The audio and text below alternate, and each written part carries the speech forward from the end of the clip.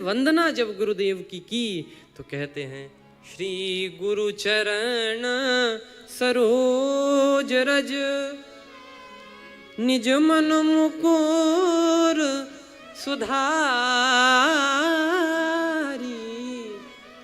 श्री गुरु चरण सरोज रज, श्री गुरुदेव के चरण कमल, गुरुदेव के चरणों को भी कमल कहा। किसी ने कहा कि गुरुदेव के चरण भी क्या कमल हैं? यहाँ पे कौन सा अलंकार है? हो सकता है उपमा अलंकार हो। उपमा अलंकार यहाँ पर है तो गुरुदेव के चरण यदि कमल के समान हैं, कमल जैसे हैं, तो आप विचार करें गुरु जी के चरण को कमल की उपमा क्यों दी गई?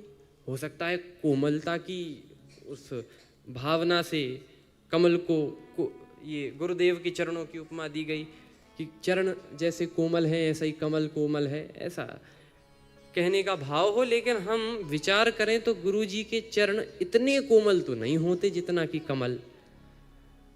तो फिर यहाँ पर कमल कहने का क्या अर्थ है? कमल पुष्प की एक विशेषता है, कमल जल में रहकर भी जल में डूबता नहीं है। रहेगा जल में ही, लेकिन जल में रहकर भी जल में डूबेगा नहीं। पानी का स्तर जितना बड़ा, कमल भी उतना ही ऊंचा हो जाता है। कमल कभी भी जल में नहीं डूबता।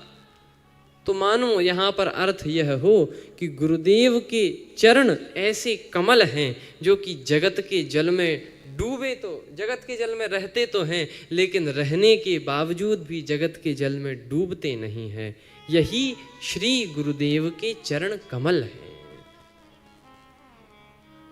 जब पूरी अयोध्या का समाज श्री राम जी से मिलने जा रहा है, प्रातःकाल चली हों प्रभु पाहीं, तो वृद्धों और युवकों में झगड़ा हो गया।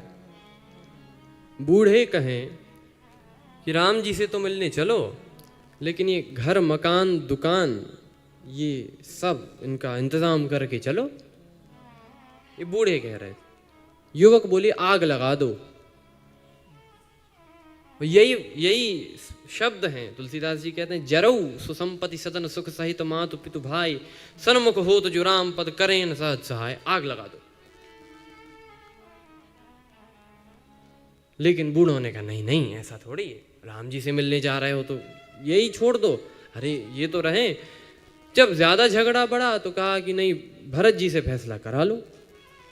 श्री भरत जी के पास गए और भरत जी से कहा कि क्या किया जाए। भरत जी ने कहा नहीं नहीं, यहां की व्यवस्था पहले। युवक बोले कि छोड़ नहीं सकते आप ये सब। भरत जी ने कहा छोड़ सकता हूं, लेकिन छोड़ने वाला मैं होता कौन हूं? छोड़ तो मैं सकता हूं, लेकिन मैं छोड़ने वाला होता कौन हूं? क्यों? कहा संपत्ति सब रघुपति के आही। संपत्ति तो राम जी की है, तो मैं कौन छोड़ने वाला हुआ? संपत्ति मेरी नहीं है, मेरी होती तो मैं छोड़ता। अब दूसरे की संपत्ति में थोड़ी, दूसरे की संपत्ति है तो उसकी तो रखवाली करनी पड़ेगी। अपनी होती तो चाहे जो कर दो। अब वो कोई अपनी झोपड़ी में आग लगावे, कबीर साहब ने अपनी झोपड़ी में आग लगा दी थी, एक कथा है। तो कोई अपनी झोपड़ी में आग लगावे तो त्यागी कहा जाएगा, वैरागी कहा जाएगा, बहुत बड़ा त्यागी है, बहुत बड़ा त्यागी। लेकिन किसी के घर में किराए का कमरा ले और फिर उसमें आग लगावे, कहे कि भाई क्या कर रहे हो? बोले बस त्याग उमड़ रहा, वैराग उमड़ रहा। तो त्यागी माना जाएगा कि अपराधी माना जाएगा? वो उसे फूंक रहा है जो है ही नहीं उसका।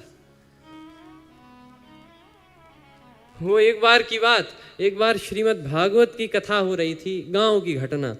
तो जय कन्हैया लाल की, जय कन्हैया लाल की, हाथी घोड़ा पाल की, जय कन्हैया लाल की। कृष्ण जन्मोत्सव था और जब कृष्ण जन्मोत्सव तो सभी लोग आनंद में गा रहे हैं, नाच रहे हैं, बधाई गीत गा रहे हैं। इतने में उत्साह में एक सज्जन मंचई पे चढ़ गए। वो मंचई से जय कन्हैया लाल की।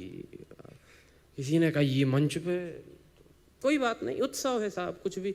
लेकिन इतना कहते तो कहते उसने रुपए उछालने शुरू किए, 500 के, 1000 के नोट। जय कन्हैया लाल की। लोगों ने कहा भैया ये नोट कौन बरसा रहा? तो जब गौर से देखा, अरे अपने गांव का सबसे कंजूस आदमी, इसने तो कभी चवन्नी नहीं दी। एक बोला कि भगवान पूरी कथा का असर इसी पे पड़ गया क्या? दूसरे ने कहा प्रभु ये हो क्या गया ऐसे, ये और बदल गया। एक ने कहा महाराज कलयुग चला गया क्या?